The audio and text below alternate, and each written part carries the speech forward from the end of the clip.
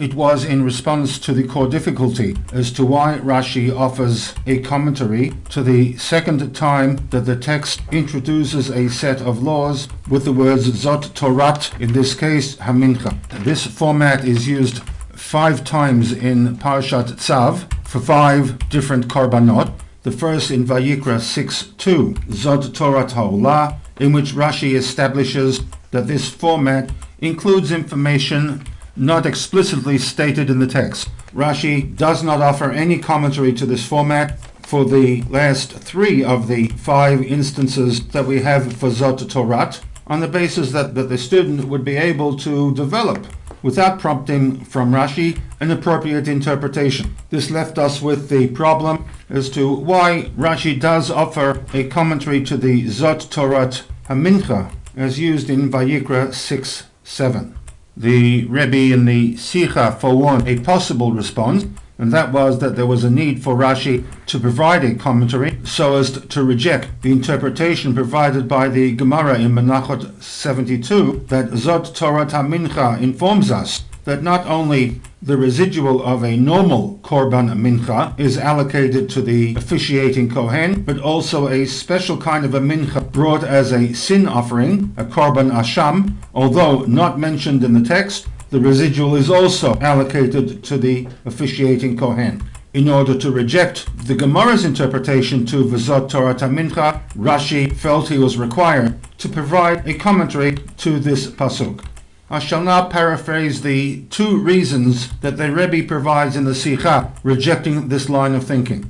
Reason number 1 is that Rashi's commentary to Zot Torat HaMincha repeats information that had already been established.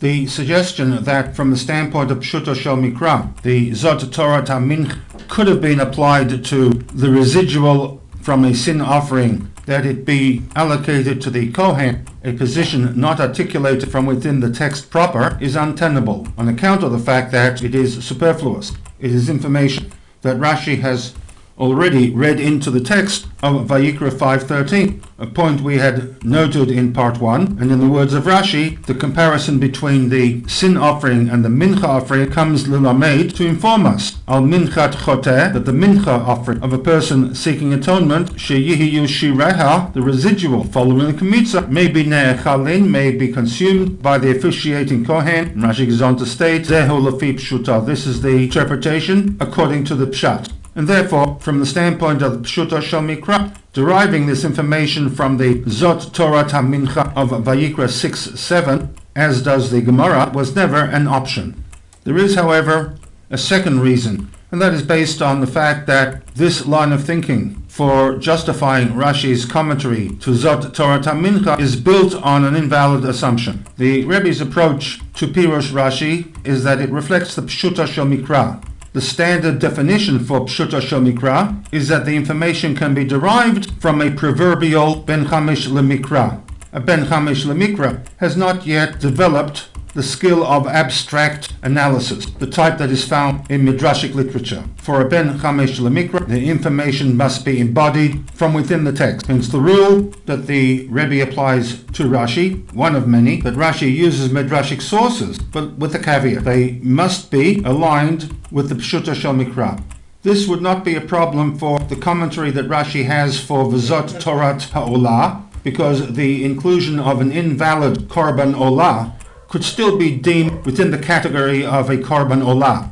The drush that Rashi provides to the V'zot Torat HaMincha, where the Korban Mincha is substantially different from the Korban Mincha of a non-Kohen, to bridge the gap and align the 2 categories of Mincha require some Midrashic technique, an activity that is somewhat advanced for the Ben Chamish LeMikra, and certainly the respective Midrashic interpretations for the Zot Torat HaChatat of Vayikra 6:18, the V'zot Torat HaAsham of Vayikra 7:1, and the Zot Torat Zevach HaShlamim for Vayikra 7:11. The specifics of those Midrashim can be found in the accompanying text of the SICHAH, which brings us back full circle to the core question as to why Rashi offers a commentary to the V'zot Torat HaMincha, having already established the rules for interpreting the format of V'zot Torat.